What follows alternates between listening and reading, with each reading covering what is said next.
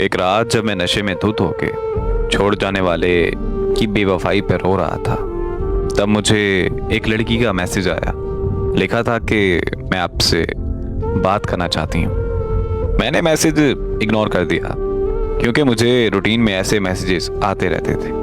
मेरा social media account हकीकत में अपनी दर्द पर लिखी दास्तानों से भरा हुआ था, जिसकी वजह से बहुत सारे लोगों के दिलों में मेरे लिए हमदर्दी थी और वो लोग मुझे मैसेजेस करते रहते थे।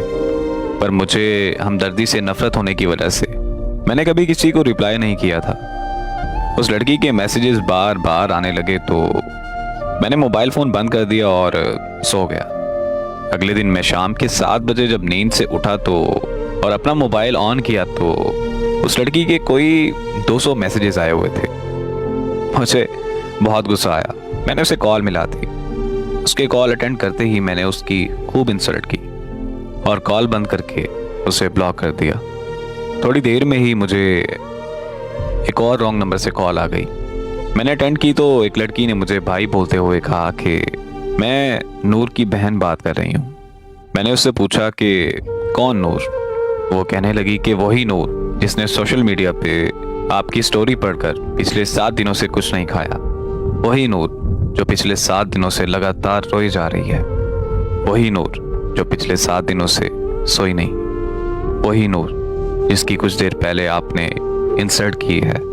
मैंने इतना सुनते ही कॉल बंद कर दी और वो नंबर भी ब्लॉक कर दिया। रात को जब मैं फिर से नशे में धुत हुआ तो मुझे अजीब ख्याल आने लगे और एक अजीब सी बेचैनी होने लगी कि आखिर ये नूर लड़की है कौन और ऐसा क्यों कर रही है। तजस्सुस इतना बढ़ गया कि मैंने उसे अनब्लॉक किया और कॉल कर दी। कॉल उसकी बहन ने अटेंड की। मेरे हेलो करते ही मुझे कहने लगी कि अगर नूर को कुछ हुआ तो मैं तुम्हें छोड़ूंगी नहीं। मैंने भी उससे मैं बात करते हुए पूछा कि आखिर मैंने ऐसा क्या किया है जो तुम मुझसे ऐसे बात कर रही हो। तो वो रोते हुए कहने लगी कि नूर को पता नहीं क्या हो गया है, उसे बिल्कुल होश नहीं आ रहा। हम सब उसे अस्पताल लेकर आए हुए हैं। मैंने जब अस्पताल का एड्रेस पूछा तो अस्पताल मेरे घर से 6 घंटे की ड्राइव पर था। मैंने एक दोस्त को कॉल की कि हमें इस्लामाबाद जाना है। मेरा दोस्त आ गया और हम रात के 2 बजे इस्लामाबाद के लिए निकल पड़े। हम सुबह के 8 बजे इस्लामाबाद के अस्पताल पहुंच गए। वहां पहुंचते ही मेरी मुलाकात नूर की बहन से हुई।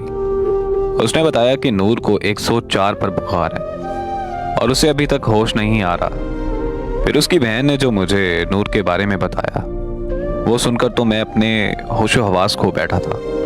आखिर ऐसा कैसे मुमकिन हो सकता है। नूर की बहन ने मुझे बताया कि हमारे वालिदैन एक रोड एक्सीडेंट में मारे गए थे। नूर को उनकी मौत का सदमा बहुत गहरा लगा। एक दिन मैं नूर को खाना देने के लिए उसके कमरे में गई और अचानक से नूर मुझ पर चीखने लगी। वो कहने लगी कि यहाँ से चली जाओ और मुझे मारना शुरू कर दिया। मैं और मेरे मामू नूर को अस्पताल ले गए। वहाँ जाकर पता चला कि नूर एक दिमागी मर्ज में मुब्तला है। ये एक ऐसा मर्ज है जिससे इंसानी सोच, एहसासात और मुतासिर होते हैं। पर हमें लगा कि बस ये माँ बाप की मौत का सदमा है और कुछ ही दिनों में नूर बिल्कुल ठीक हो जाएगी। तो हम नूर को घर वापस ले आए, लेकिन नूर की हालत दिन ब दिन बिगड़ने लगी। उसकी हालत इतनी ख़राब हो गई कि नूर खुदकुशी करने की कोशिशें करने लगी। हम नूर को फ़ौरन माहिर नफ्सियात के पास ले गए। उन्होंने बताया कि दीगर अमराज की तरह इस मर्ज का इलाज भी अद्वियात और थेरेपी से किया जा सकता है, पर बिना इलाज के नूर की हालत दिन ब दिन ख़राब होती जाएगी। अगर मज़ीद देर हो गई तो नूर को पागल खाने भी भेजना पड़ सकता है। तो हमने फ़ौरन नूर का ट्रीटमेंट शुरू करवा दिया। 2 साल के मुश्किल तरीन वक्त के बाद नूर बिल्कुल ठीक होकर खुशहाल ज़िंदगी गुजारने लगी। नूर ने बहुत सारे नावल भी लिखे और शेर व शायरी का शौक़ भी रखती है। पर जब से नूर ने आपकी कहानी पढ़ी है पर तब से उसको इस दिमागी मर्ज का दोबारा अटैक आने लगा है। नूर की बहन की बात मुकम्मल होते ही मुझे खबर मिली कि नूर को होश आ गया है और उसकी बहन नूर की तरफ भाग गई। मैं भी उसके पास जाना चाहता था पर मेरे दोस्त ने मुझे रोक लिया। वो मुझे कहने लगा कि नूर तो पागल लड़की है, हमें उसे क्या लेना देना, चलो हम घर चलते हैं। मैंने अपने दोस्त से बोला कि अरे यार, मैं कौन सा नॉर्मल हूँ, मैं भी तो इतना पागल हो चुका हूँ कि किसी का कम बुलाने के लिए नशे का सहारा ले रहा हूँ। बस इतना कहकर मैं नूर से मिलने चला गया। नूर मुझे देखते ही उठकर बैठ गई। उसकी खुशी की कोई इंतहा ही नहीं थी। जिंदगी में पहली बार मैंने खुद की वजह से किसी के चेहरे पर खुशी देखी थी, और उसके चेहरे पर खुशी देखकर जो मुझे सुकून महसूस हो रहा था, वो सुकून मैंने पहले कभी महसूस नहीं किया था। मैं नूर के करीब जाकर बैठ गया और उससे उसका हाल चाल पूछने लगा, तो वो मुझे कहने लगी कि आपके आने से सब कुछ ठीक हो गया है। फिर हमने बहुत सी बातें की और कुछ देर बाद मैंने नूर से कहा कि अब मेरे जाने का वक्त हो गया है। नूर ने जब ये सुना तो पता नहीं उसकी हंसी अचानक से कहाँ चली गई।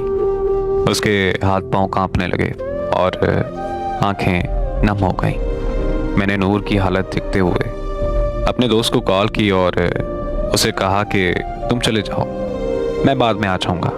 इतना सुनते ही नूर के चेहरे पर मुस्कुराहट फिर से वापस आ गई। मैं और नूर 2 दिन तक अस्पताल में रहे। वो 2 दिन मेरी जिंदगी के सबसे खूबसूरत दिन थे। हमने एक साथ जीने मरने की कस्में भी खाई थी।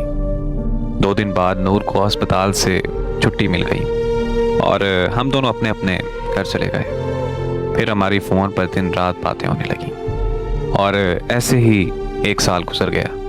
वो जहनी तौर पर बिल्कुल ठीक हो चुकी थी और मैं भी नशा मुकम्मल तौर पर छोड़ चुका था।